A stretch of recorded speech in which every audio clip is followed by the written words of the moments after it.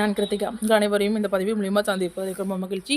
இன்றைக்கி இந்த பதிவில் பார்த்தோம்னா, மகா அசோகர் பேரரசர் இந்தியா வரலாற்றிலேயே மிகப்பெரிய ஒரு அரசர் அப்படின்னு பேர் எடுத்த அசோகரோட இன்ஃபோ மட்டும் தான் இந்த பதிவில் பார்க்க போகிறோம்.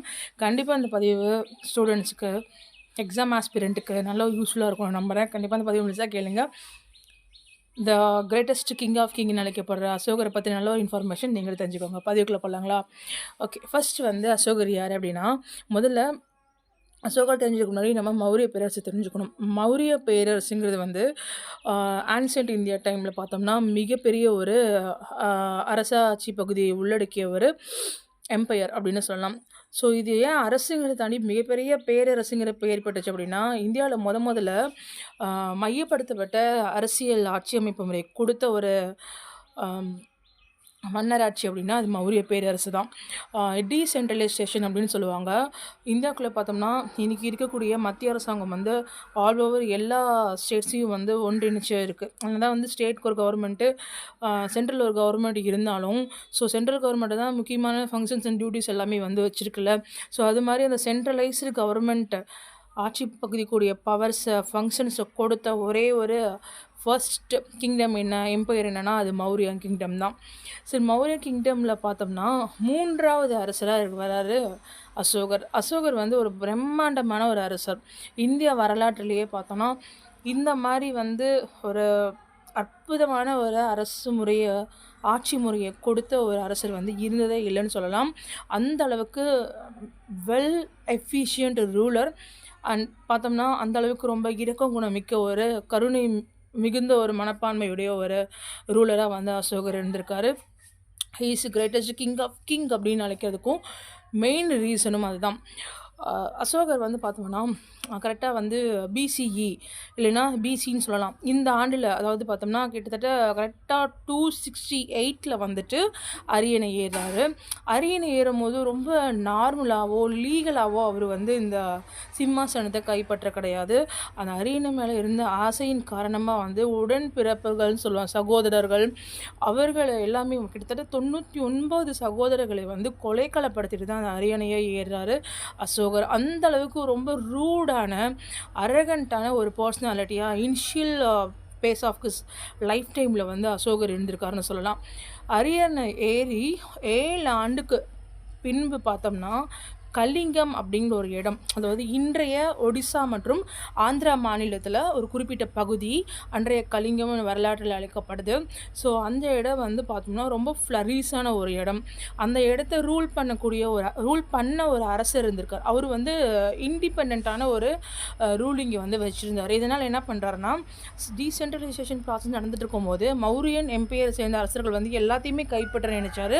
அசோகரோட பர்சனாலிட்டி பார்த்தோம்னாவே பொதுவாகவே லேண்டை எஸ்டாப்ளிஷ் பண்ணணும், எந்த அளவுக்கு ஆழ்நிலை அதிகாரம், டெரிட்டரியல் பவரை சீஸ் பண்ண முடியுமோ அந்த அளவுக்கு சீஸ் பண்ணணும்னு ஒரு மிகப்பெரிய ஒரு பரந்த ஒரு ஆர்வம் இருந்தனால என்ன பண்ணுறாருன்னா, எந்த அளவுக்கு லேண்ட் எஸ்டாப்ளிஷ் பண்ண முடியுமோ அந்த அளவுக்கு எஸ்டாப்ளிஷ் பண்ணி போயிட்டே இருப்பார்.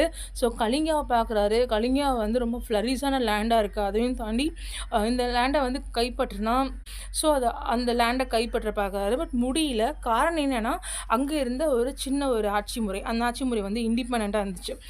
அதையும் தாண்டி அந்த ஆட்சி முறை செய்த அந்த அரசர் இருப்பாங்க இல்லையா, அவர் நந்த வம்சத்தை சேர்ந்தவங்களாக இருந்தாங்க. ஸோ இதனால் என்ன ஆகுதுன்னா, ஒரு மிகப்பெரிய வார் அங்கே பிளாஸ்ட் ஆகுது. ஸோ இந்த கலிங்கா வார் அப்படிங்கிறது வரலாறுலேயே காணாத ரொம்ப துயரம் மிகு சம்பவங்களை ஏற்படுத்தி கொடுத்த ஒரு வாராக இருந்திருக்கு. அந்த அளவுக்கு கொடூரமான மரணங்கள் நிகழ்ந்த ஒரு வார், மக்களோட உயிர் இழப்புகள் நிகழ்ந்த ஒரு வார் அப்படின்னு சொல்லலாம். ரத்த ஆறு ஓடின ஒரே ஒரு வரலாற்றில் நிகழ்ந்த உண்மையான ஒரு போர் அப்படின்னா அது கலிங்கம் தான். தமிழ் சங்க இலக்கியத்தில் பார்த்தோம்னா கலிங்கத்து பரணின்னு சொல்லுவாங்க. கலிங்கத்து பரணின்னு ஒரு டாப்பிக்கே இருக்குது. இது பார்த்தோன்னா அதில் சொல்லியிருப்பாங்க, போரில் 1000 யானைகளை கொன்ற ஒரு வீரனுக்கு தான் கலிங்கத்து பரணி, அதாவது பரணி இலக்கியம் பாடப்படும் அப்படின்னு சொல்லியிருப்பாங்க. ரீசன் பிகைன் தட் என்னன்னா, அந்தளவுக்கு ரொம்ப எஃபிஷியண்ட்டான ஒரு மாவீரன் மட்டும்தான், ரொம்ப வீரமான தீரமான மாவீரனுக்கு மட்டும்தான் கலிங்கத்து பரணி, அதாவது பரணி இலக்கியம் பாடப்பட முடியும் அப்படின்னு சொல்லியிருக்காங்க. ஒரு 1000 யானைனா சாதாரண விஷயம் இல்லை. யானை யாராலையும் கொல்லவே முடியாது.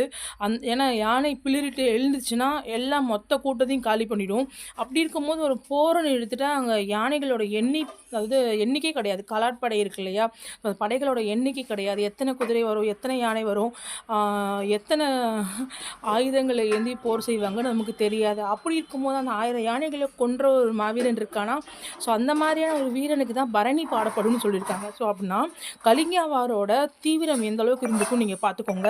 ஸோ கலிங்கவாருக்கு முக்கிய ரீசன் என்னென்னா, அசோகரோட இந்த ஆழ்நில அதிகாரம், அதாவது கலிங்க நில மேலே இருந்த அந்த ஆசை தான், பேராசை தான்.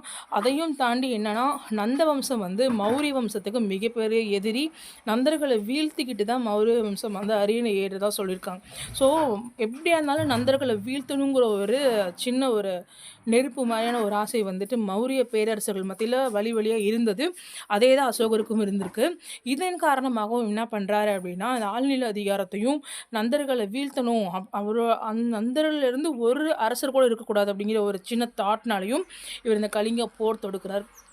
ஸோ கலிங்கா போரில் கிட்டத்தட்ட பார்த்தோம்னா 1,00,000க்கும் மேற்பட்ட வீரர்கள் எல்லாமே, போர் செய்த வீரர்கள் எல்லாருமே வந்து இருக்கிறாங்க. அதே மாதிரி லட்சக்கணக்கான வீரர்களுக்கு வந்து கை, கால்கள், தலைகள், உடல் உறுப்புகள் எல்லாம் துண்டிக்கப்பட்டு கொடூரமான முறைகளில் இறந்துபட்டது மட்டும் இல்லாமல் வாழ்க்கை முறை இழந்து போகிறாங்க. ஸோ கலிங்க மக்கள் வந்து ரொம்ப துயரத்துக்கு உள்ளாகிறாங்க. ஸோ இந்த மாதிரியான போர் வந்து இந்திய வரலாறில் நிகழ்ந்ததே இல்லைன்னு சொல்கிறாங்க வரலாற்று ஆய்வாளர்கள். அந்த அளவுக்கு ரொம்ப கொடூர முகத்தை காமிச்சிருக்கு கலிங்க வார். இந்த கலிங்க வார் மேற்கொள்ள அசோகர் என்ன பண்ணுவார்னா, ரொம்ப கொடூரமான ஒரு அரசராக இருந்திருப்பார். ஸோ ஈவு இறக்கம், பரிவு, கருணை இது எதுவுமே கிடையாது. ஸோ பார்த்திங்கன்னா அவர் அரியணை ஏறும்போதே தன்னோட உடன் பிறந்த சகோதரர்கள் வந்து 99 பேரை கொன்னுட்டு தான் அந்த சிம்மாசனிலேயே அமர்ந்திருக்காரு. அந்தளவுக்கு ஒரு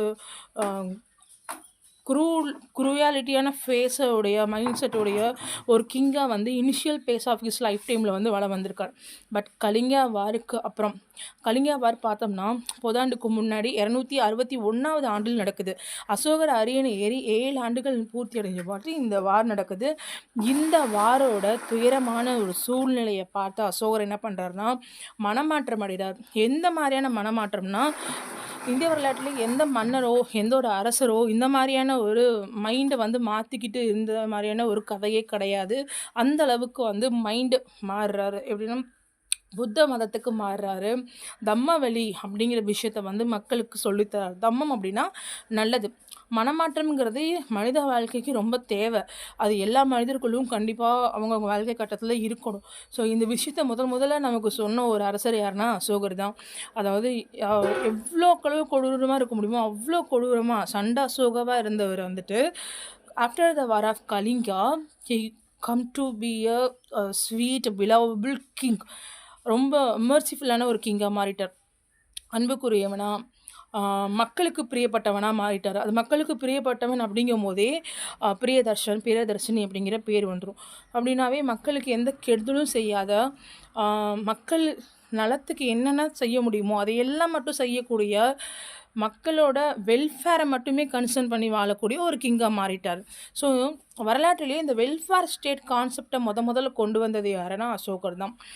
சரி, இவர் இந்த மனமாற்றத்துக்கு அப்புறம் என்ன மாதிரி விஷயங்கள் பண்ணாருங்கிறது தான் மிகப்பெரிய ஹைலைட். இன்றைக்கி வரலும் அசோகரை நாம் உயர்வாக பேசுவதற்கு முக்கிய காரணம் என்னென்னா அவரோட தம்ம மார்க்கம் தான். மக்களுக்கு தேவையான நல்ல விஷயங்களை அவர் செய்து கொடுத்தனால அவரை இன்றைக்கி வரலும் நம்ம வந்து மிகப்பெரிய லெவலில் போற்றி பேசிக்கிட்டு இருக்கோம்.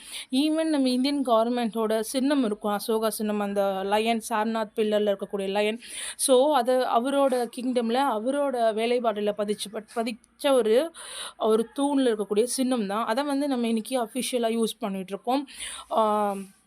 அதே மாதிரி நம்ம இந்திய கொடியில் இருக்கக்கூடிய இந்த 24 ஆரம் சக்கரை நம்ம யூஸ் பண்ணிகிட்ருக்கோம். அந்த 24 லைன்ஸ் பார்த்தோம்னா தம்மாவோட ரூல்ஸை நமக்கு வந்து ஸ்பாட்டேட் பண்ணுது. என்னென்ன தர்ம மார்க்கத்தில் செல்லலாம் அப்படிங்கிற மாதிரி.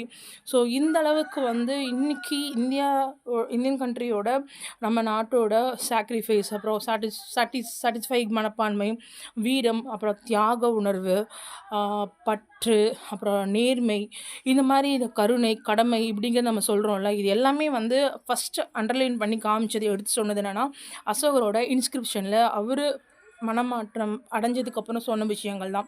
ஸோ தம்மா அப்படிங்கிறது வந்து பாலி மொழி வார்த்தை, தர்மங்கிறது வந்து தமிழ் மொழி வார்த்தை. ஸோ பாலி மொழி வார்த்தையில் தான் வந்து அந்த கல்வெட்டுக்களில் எழுதியிருப்பார். ஸோ தம்ம மார்க்கத்தை எப்படியெல்லாம் வந்து ப்ரொபகேட் பண்ணலாம், அதாவது எடுத்து சொல்லலாம் அப்படிங்கிற விஷயங்களை தன்னோட கல்வெட்டுகளில் பதிச்சிருப்பார். ஸோ 3 வகையாக கல்வெட்டு பதிச்சிருப்பார். கற்றூன் கல்வெட்டு, பாறை கல்வெட்டு, அப்புறம் குகை கல்வெட்டுன்னு சொல்லி. ஸோ இது கல்வெட்டில் எழுதப்பட்ட விஷயங்கள் என்னென்னா, பெரியவர்களுக்கு ரெஸ்பெக்ட் பண்ணணும், எல்லா உயிர்கள் மேலேயும் அன்பும் கருணை பரிவு கண்டிப்பாக காமிக்கணும். இன்னொரு விஷயம் என்னென்னா, இந்த அசைவம் இருக்கு இல்லையா, அசைவ உணவு பிரியர்கள் டேஸ்ட்டுக்காக இந்த எல்லா விலங்குகளையும் கொன்று வதைத்து அது மூலிமா நாம் சாப்பிட்றது, ஸோ இந்த மாதிரிலாம் இருக்கக்கூடாது. ஸோ நோ அனிமல் கட்டிங் இருக்கவே கூடாது அப்படின்னு சொல்லியிருக்காரு. நெக்ஸ்ட் வந்து பார்த்தோம் அப்படின்னா, எல்லாருக்கும் வந்து பார்த்தோம்னா எல்லாரையும் மதிக்க கற்றுக்கணும் அப்படிங்கிற விஷயம் சொல்லியிருக்காரு. முக்கியமாக பேரண்ட்ஸை ரெஸ்பெக்ட் பண்ணணும். ஸோ இதெல்லாம் பார்த்தோம்னா ரொம்ப பேசிக்கான ஒரு காமனான ஒரு ஐடியலான ஒரு கைட்லைன்ஸ். ஒரு சிறிய குழந்தை வளருதோ, பையனோ பொண்ணோ வளர்கிறாங்கன்னா அவங்களுக்கு நாம் பேரண்ட்ஸ் சொல்லித்தரக்கூடிய நார்மலான ஒரு ஆப்ஜெக்டிவ்ஸான ஒரு கைட்லைன்ஸ் தான். ஆனால் அதை வந்து மக்களுக்கு சொல்லியிருக்காரு அப்படின்னா, ஸோ எந்த அளவுக்கு தன்னோட நாட்டு மக்கள் வந்து நல்ல பண்போடு இருக்கணுங்கிறத ஒரு அரசர் வந்து விரும்பியிருப்பாருன்னு நம்ம தெரிஞ்சுக்க முடியுது. இன்னும் இதையும் தாண்டி என்ன பண்ணியிருக்காருன்னா, புத்த மதத்தில் சொல்லக்கூடிய இந்த குவாலிட்டிஸ் எல்லாமே வந்து பின்பற்றணும் அப்படின்னு சொல்லியிருப்பார். ஸோ அசோகர் வந்து வரலாறு பார்க்காத ஒரு மகா பேரரசர். ஏன்னா ஸோ அசோகர்கிட்டருந்து நாம் கற்றுக்க வேண்டிய விஷயம் என்ன அப்படின்னா, ஹியூமனிட்டியை வந்து நம்ம மதிக்கணும், மனிதாபிமானத்தை, மனித நேயத்தை நம்ம மதிக்கணும். ஸோ மனிதத்தன்மையோடு இருக்கணும். நம்ம மட்டும் மனிதத்தன்மையோடு இருந்தால் பத்தாது, நம்மளை சார்ந்தவங்களுக்கும் அதை நம்ம செயல்முறைப்படுத்தணும், அவங்களுக்கு அதை பற்றி எடுத்து சொல்லணும். ஸோ மனிதாபிமானத்தோடு நம்ம எதையும் அணுகணும் அப்படிங்கிற விஷயத்த கற்றுக்கலாம். அசோகர் வந்து பார்த்தோம்னா, அசோகரை பற்றி பேசுகிறதுக்கே ரொம்ப ஹாப்பி இந்த இடத்துல. ஸோ எனக்கு தெரிஞ்ச விஷயங்கள் அசோகரை பற்றி நான் உங்ககிட்ட பகிர்ந்துக்கிட்டேன். இந்த பதிவு உங்களுக்கு பயனுள்ளதாக இருக்குதான்னு கமெண்ட்டில் சொல்லுங்கள். இந்த பதிவை பொறுமையாக அமைதியாக இதுவரையும் கேட்டு அனுபவிக்கணும். மனமார்ந்த நன்றிகள். அடுத்த ஒரு பதிவில் நல்ல இன்ஃபர்மேஷனோட சந்திக்கிறேன். And this bye from Krithika. Thank you so much for வாட்சிங் my video. Thank you so much. Take care. By.